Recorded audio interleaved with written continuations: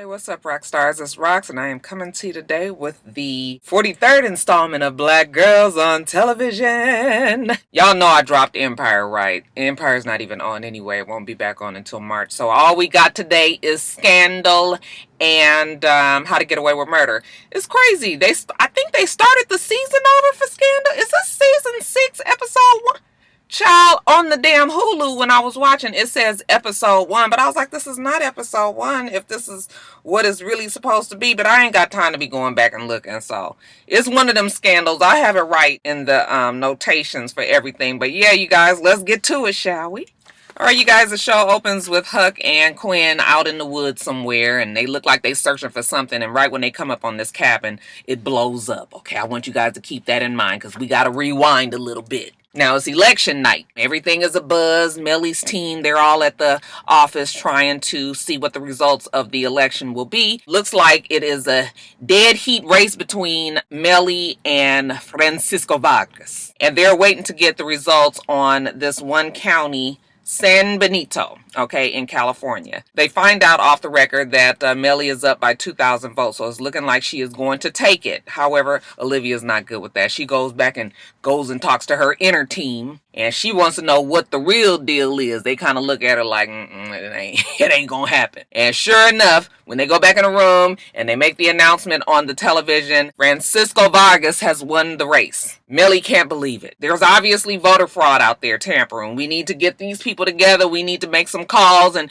you know what, this election is not over. Olivia walks out the room because the bitch is sick. Damn it. Olivia does not lose. Fitz goes and talks to her. You know what? Melly needs you. You need to talk to her. Olivia just says, I need a second. Fuck! I can't believe that this has happened. All the work that she's done. You know, Olivia thinks that this is her fucking presidency. So, after Fitz tells her to go in there, you know, Melly needs her. She goes in there. She put it to her plain. Listen, bitch. You lost a race. He won the race. You need to make the fucking call. If you don't call, you're gonna look like a bitch. You're gonna look like a sore loser. Okay, they're gonna say that you are over here crying.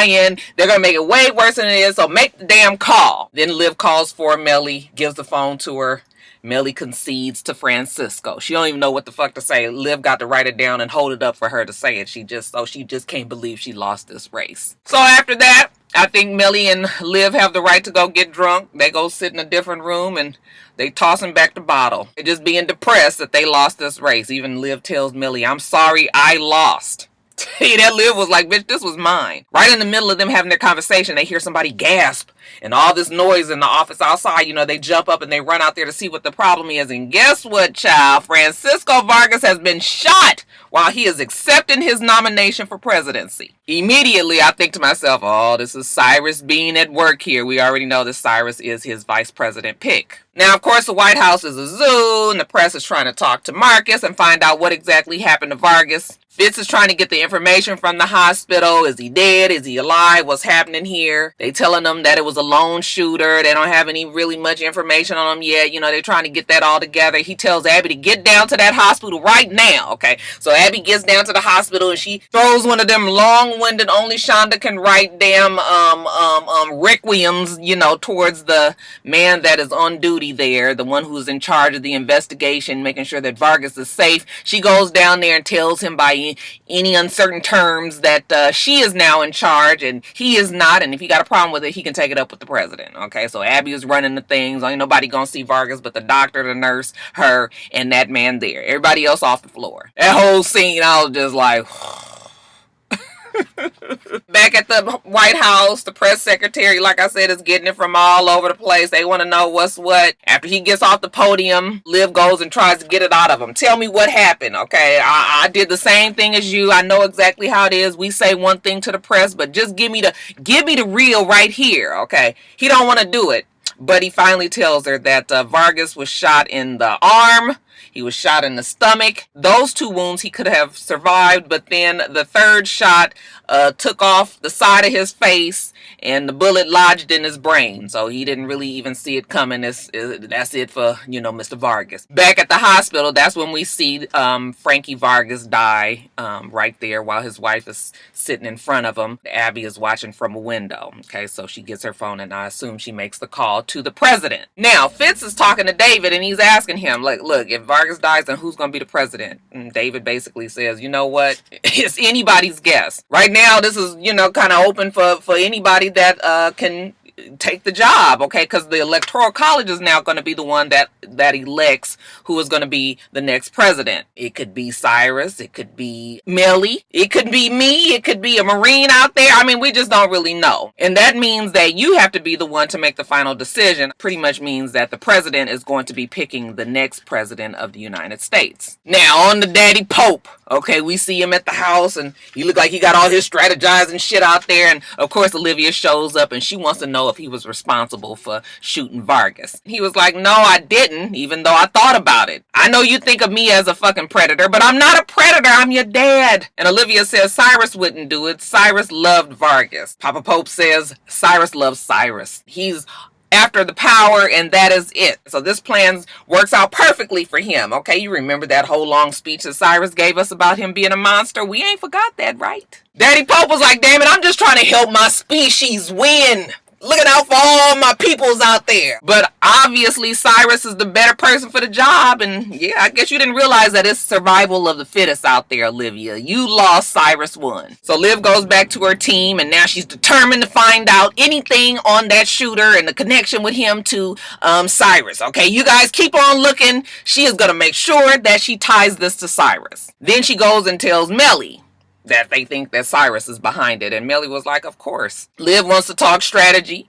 And Mellie was like, you know what, I don't want it. Okay, there's so much bad that's happening in this fucking place. Okay, I done lost my man. I done lost my baby. My man almost got killed here. I am over it. I have a beautiful child that I need to be taken care of and being here for. I just don't want this shit. But Liv and she, that ain't what Liv is trying to do. So fuck what Mellie talking about. She rushes on over and talks to Fitz. But before Fitz talks to Liv, he gets a call from Abby. And Abby is telling them, look, we need to make the announcement that that Vargas is killed. And he was like, I'm not doing that right now. Okay, I'm the president. He's not dead until I say he's dead. And he hangs up the phone, okay? But Abby's whole thing is his wife is here. She wants to tell her children. But Fitz can't let that news out just yet because he's not ready to make the decision on who should be the next president. Well, then after they get off of the phone and Liv walks in there, okay, she's just trying to pretty much put the pressure on him that he should choose Mellie. He was like, yeah, see, I can't really do that because now it's going to look like I'm just being there for Mellie because that's my wife or ex-wife. And then it'll look like it's a setup. And I guess if he goes against Mellie, then it's going to look like he's just got some bad feelings. So, he don't know what to do. But Liv is trying to tell him that Cyrus is the one that is behind Vargas getting shot. And he says, what proof do you have, Liv? Well, she don't really have proof. He said, listen, I can't go by no fucking gut today. Okay, Liv, I know you usually be on the mark, but no. So figure the fuck out about this whole problem, and I need it all figured out by the morning. Otherwise, I'm probably going to be choosing Cyrus to be the president. So she's got a few hours to get proof that Cyrus is behind it. Now, Fitz goes and talks to Mellie. She's out on the veranda, at the White House there. They have their little private place, and she apologizes to him because she tells him that, she used to look at him and he used to get on her fucking nerves, okay? She couldn't stand the fact that he was sipping up all of the damn presidential air. I thought of Clayton Bigsby. Remember when he's like, sniffing up all the white man's air? Was cracking up. Anyway, she was like, she just couldn't stand the fact that he didn't want it, and she was resentful of him because he just took it for granted. Now she realizes that he just is not a power hungry person, and he could take it or leave it. And now she understands, because from the outside looking in, the presidency looks a little different than when you are inside. When you are the view, yeah, shit ain't really all that rose colored. Now she just kind of rethinking this whole thing, like maybe I should, maybe this was more than I wanted. He was like, listen, if you didn't really want it, I could just pick Cyrus. It's okay. You don't even have to, we ain't got to tell nobody you didn't want it. You just tell me and then I'll go on and make the decision. Okay, so at first she looks like she's going to be like, no, I don't want it. But right when Fitz is walking away, she tells him that she wants the presidency. She ain't that heartbroken over losing all that in the White House. Now the media is trying to figure out what's going on with President Vargas, and they still don't know. Liv is still hell-bent on getting proof that Cyrus is behind it, but the team can't find anything. All right, he's a lone wolf acting by himself, and that's not it. Okay, you guys are here doing this, and you're telling me that, and Cyrus is doing, how Olivia can be. So then she rushes down to the hospital. She has to talk to Cyrus. At first they're not letting her in, and then Abby says it's okay, she's with me. Olivia's, I've got to talk to Cyrus. Where is he? They see Cyrus, and he is just like catatonic in the closet. That's from Weird Science. Anyway, he just standing there. Y'all got blood and shit all over him. He just staring. When Olivia sees him, she realizes right then, okay, no. He's obviously in shock. His golden savior Vargas is dead, and it's obvious he did not do it because he looks like he is just heartbroken there. So then, Olivia, now she feels bad, and she goes back and she tells Fitz, like, you know what, I'm sorry. Cyrus ain't did it. I don't know who did it, but Cyrus ain't the one. I could tell, Just to be sure, Fitz goes and talks to Cyrus, okay? And Cyrus is still sort of in shock, or at least he's acting like he is, okay? And Fitz was like, listen, whatever decision I make tomorrow, I need you to continue being the beacon of light and furthering the legacy of Vargas and, acting in his behalf and being better than we were. Be a good person for once, okay? America needs that. Now it finally dawns on Cyrus what Fitz is about to do. He is about to give him the presidency. You can take care of America, can't you? Yes, sir, I can. They shake on it. So the next day, when Fitz is about to make the announcement, Marcus goes and tells Millie, you know what? He's about to choose Cyrus. And she was just like, oh, well, of course he is. Okay, so now Millie realizes she's not about to be the president of the United States. At the same time, Liv's team, they're back at the office, and they're just sitting around talking. It looks like Charlie has asked Quinn to marry him. At least Huck realizes that is what Charlie is trying to do because he's trying to take Quinn on some vacation to some island. And Charlie happens to make it slip that the reason why he hadn't gotten around to asking her to marry him yet is because it was 823 messages on the call log for the tip line when Vargas got shot, and he just been busy. Huck says it was 822. He says no, it was 823. Well, they realized that one of the messages was manually removed, so they go and tell Olivia one of the messages was manually removed from the tip line, but we think that has something to do with Vargas and Cyrus. That might be the connection. Okay, so we see all this happening at the same time. Fitz is announcing that Cyrus is the president. We also see that they retrieve the message, and the messages of this girl who was walking through the I guess when Vargas won, and she calls in and she was like, I'm here, Vargas just got shot, okay, and she says Cyrus Bean did it, okay.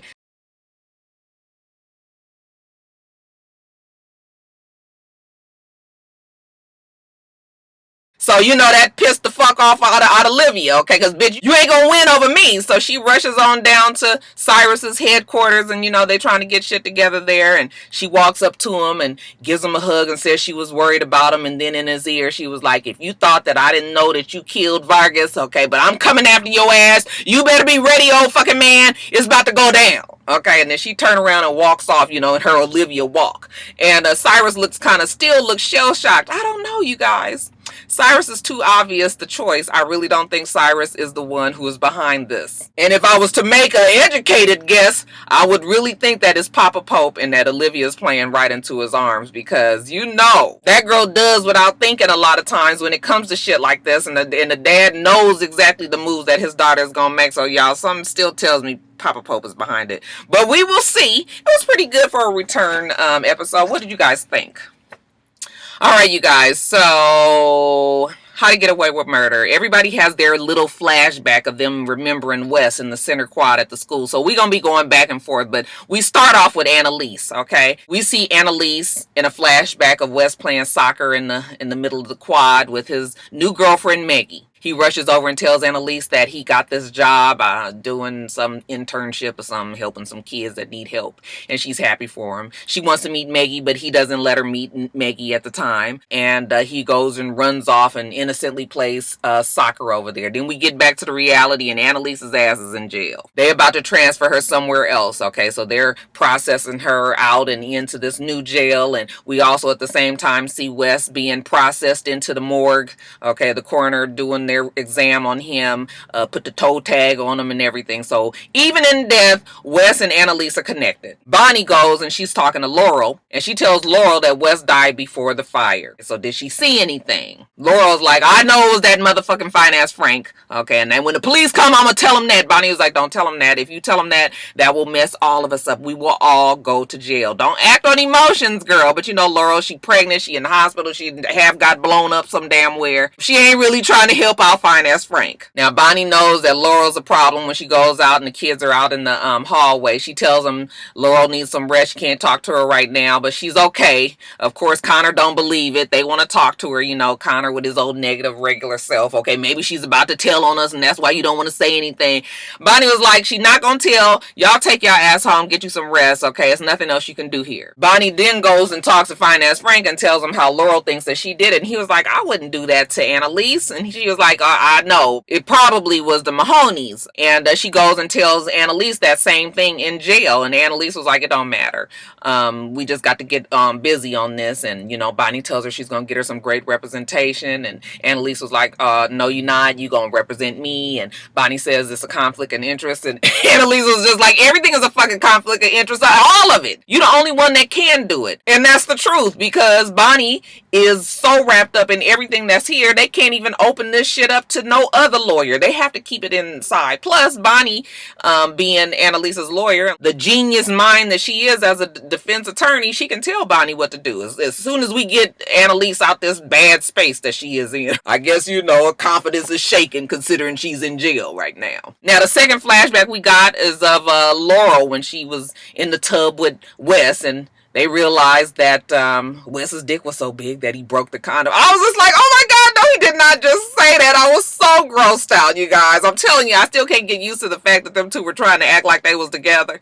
Okay, the whole time I was just like, ugh. All right, but yeah, the condom broke and, you know, it came off and she might be pregnant and all of that. So we find out through that flashback how that conversation went. When it comes back to the present and Laurel's in the hospital, of course, she is depressed. She's pissed off, okay? Maggie tells her that the detectives are there and they want to talk to her. She tells them when she was in the house, she was downstairs, she thought she heard something upstairs go on, and then the next thing she knows, she woke up in the hospital. They asked her, did they know anything about the reason why Annalise would have her go there? And she was just like, no, but Annalise has nothing to do with this. Annalise is innocent. They asked her, who did it then? She was like, fuck, that's your job, not mine. Well, I'm supposed to tell you guys, I don't know. Back to the kids. They leave. They go back to Michaela's house. Her mama's gone. Okay, you can tell that she's affected by it, but you remember she told her mama to leave right before they left out. Okay, so the mama's gone now. And even though she's a little bit upset about it, or she might be quite a bit upset about it, she acts like she's not. You know, Asher's trying to get the information out of her, like, how do you feel? And she was just like, I feel fine. Okay, good riddance to the crazy old lady. I'm going to take a shower. Back at the damn jail, we feel so bad for that Annalise. She can't believe she in jail, child. She just laying there, and she in there with her cellmates. One of them who is giving her the business, like, girl, you might as well get used to being here. I know you trying to act like you don't want, you know, you too good for all of us, but you gonna shit here, you gonna pee here, you gonna have your period here, so you gonna do it all in front of us, so you might as well just do what you gotta do. The other inmate, though, comes to Annalise's rescue and is just like, bitch, leave her alone. Shut up. Stop talking to her. Okay, she obviously want to lay over there and be quiet. Leave her alone. Then it jumps over to real nice Nate. We see him talking to the prosecutor,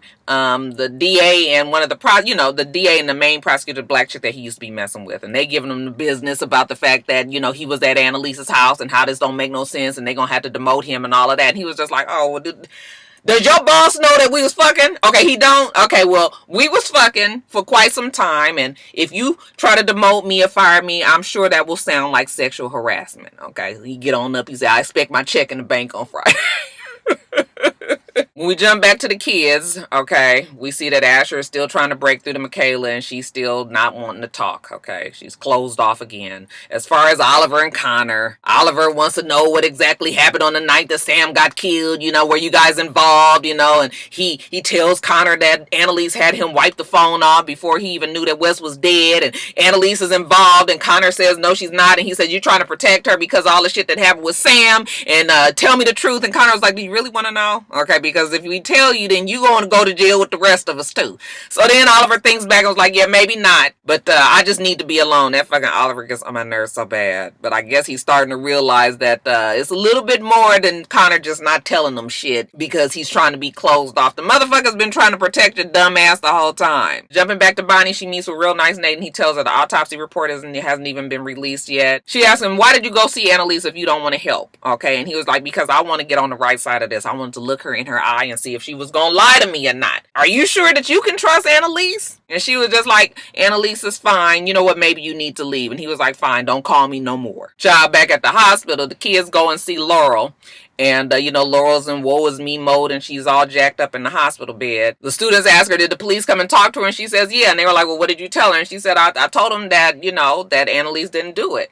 Connor was like, how do you know she didn't do it? She was like, because she wouldn't hurt us. And Connor was like, she would hurt us if it was going to help her. She had Oliver wipe her cell phone clean, and that was before he even knew that Wes was dead. And now it looks like Oliver might even go to the police. All right. Asher's getting fed up with Connor and all his negativity. He was like, where the fuck was you? You know what? Now that I think about it, you don't even look like you broke up over this. Our friend has been killed and you don't even act like it's bothering you. And Connor was like, you know what? I am kind of happy that the motherfucker dead. He's the reason why we in this place to begin with. Okay. Everything comes back to him. Laurel then says, well, you know what? The baby is Wes's. And that's when Connor tells her, well, you know what? You need to protect your unborn child right now. Just get an abortion and be done with, honey. Why he say that? At Asher turned around and hit that nigga in the face, knocked him down on the ground, and then Connor was like, hit me again. And honey, Asher was like, gladly. And he fucks him up right there in the damn hospital room floor. And he needed it. I was glad it happened. The next flashback we get actually is of Connor. Okay, in his flippant way, he's talking to Wes, how he went to talk to his therapist. Yeah, about how we all murdery and everything. No, not really. That's not what I talked about. I wanted to talk to him about my relationship with Oliver and how fucked up it is. But still trying to put the guilt trip on Wes. He obviously does not like Wes. But what Wes and Connor have in common is the fact that, like all the rest of them, they all fucked up. So Connor says, you know what? I need to let Oliver go, huh? And Wes needs to let Maggie go because they fucked up.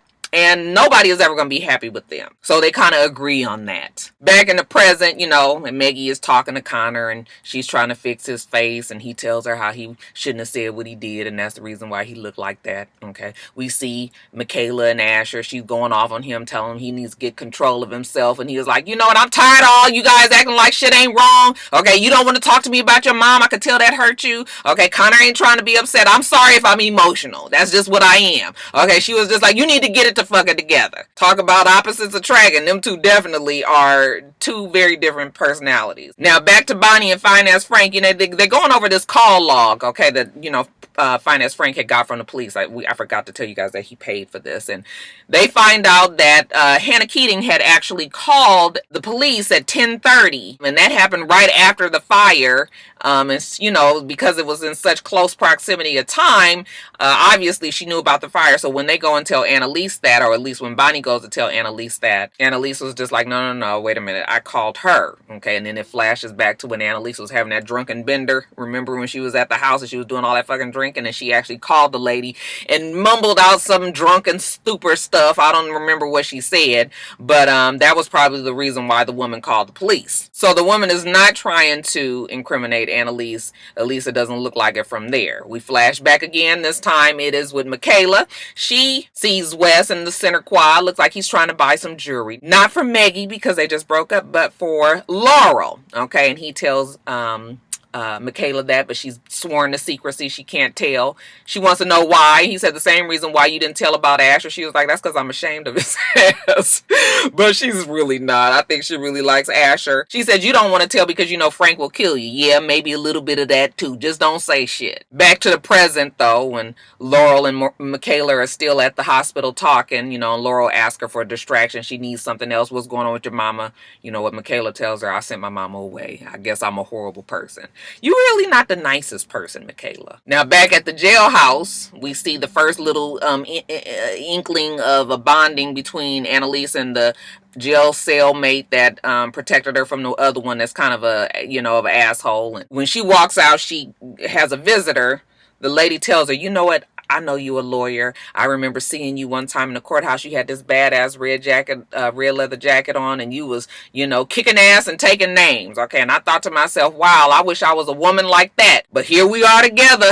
All right, and that goes to show you that no matter how big you get, they always gonna take the shit away from you. So now Annalise has something in common with this woman. You can see that Annalise is starting to sink lower and lower and lower. So Annalise goes to the bail hearing for Annalise to be released, and the prosecutors argue that they don't want her to be released. Bonnie argues that they're burying evidence and they're not trying to give everything because they are trying to make sure that she stays in jail. Bonnie wants her released. Okay, set a bail so we can move on with this. And the judge tells them, if you guys are burying evidence, then you need to come forth with the fucking evidence. Otherwise, I'm going to set a bail and let Annalise out. So they ask her for a little break so that they can talk within each other. So when they come back in, they tell the judge that their evidence that they had was the fact that Wes was about to sign a plea deal. He was about to tell that Annalise was involved in all these other damn mysterious murders and all these other cases that the prosecutor lost basically against Annalise. He was just about to confess, and then he got killed. So that's the reason why Annalise can't go, and the judge agrees, and so they deny bail. So Annalise, she don't have no choice but to accept it. She goes back to her jail cell, and hey, that's it.